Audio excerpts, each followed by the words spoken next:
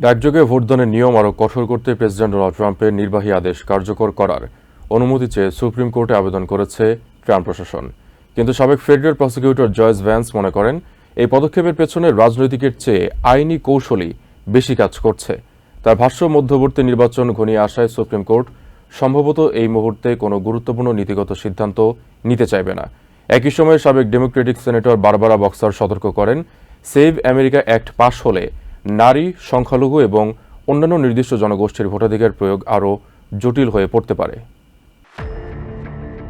Trump প্রশাসনের নির্বাহী আদেশ অনুযায়ী ভোটার তালিকা যাচাইয়ে ফেডারেল সংস্থাগুলোর ভূমিকা বাড়ানো এবং মেইল ইন ব্যালট বিতরণে নতুন নিয়ম চালুর প্রস্তাব করা হয়েছে।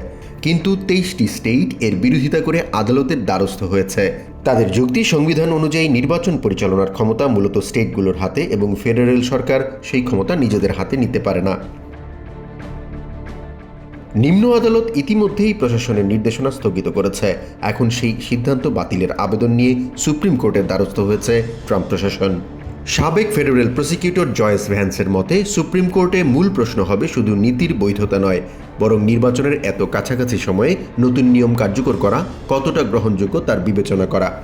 তার ভাষায়, আদালতের বিবেচনায় সময়ের বিষয়টিও গুরুত্বপূর্ণ হয়ে উঠতে পারে। এদিকে সংবিধান বিশেষজ্ঞ লিয়া লিটম্যানও মনে করেন, নির্বাচন পরিচালনার ক্ষমতা ঐতিহাসিকভাবে স্টেটগুলোর হাতে থাকায় ফেডারেল সরকারের এই উদ্যোগ বড় সাংবিধানিক প্রশ্নের জন্ম দিয়েছে। রাজনৈতিক অঙ্গনেও একই ইস্যুতে তৈরি হয়েছে অচলাবস্থা।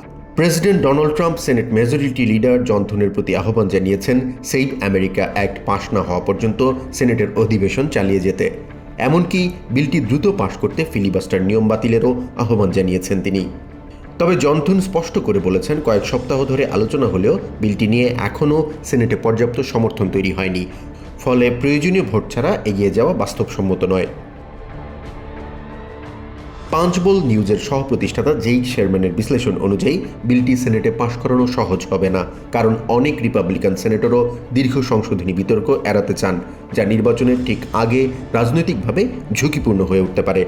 অন্যদিকে ডিসপ্যাচের সিনিয়র রাইটার ডেভিড ড্র্যাকার বলেছেন, ভোটার পরিচয় যাচাইয়ের মতো কিছু বিষয়ের প্রতি জনসমর্থন থাকলেও অধিকাংশ ভোটারের কাছে এখন সবচেয়ে গুরুত্বপূর্ণ বিষয় মূল্যস্ফীতি, জীবনযাত্রার ব্যয় এবং অর্থনীতি।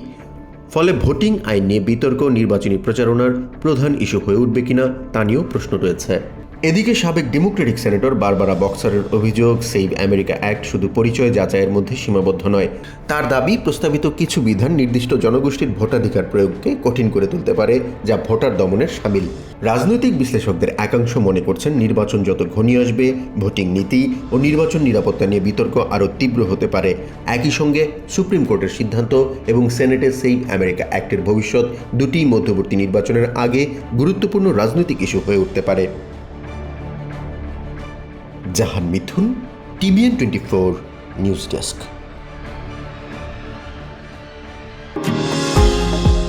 নিউ ইয়র্ক থেকে সম্প্রচারিত TBN 24 টেলিভিশন বিশ্বজুড়ে বাঙালির কণ্ঠস্বর।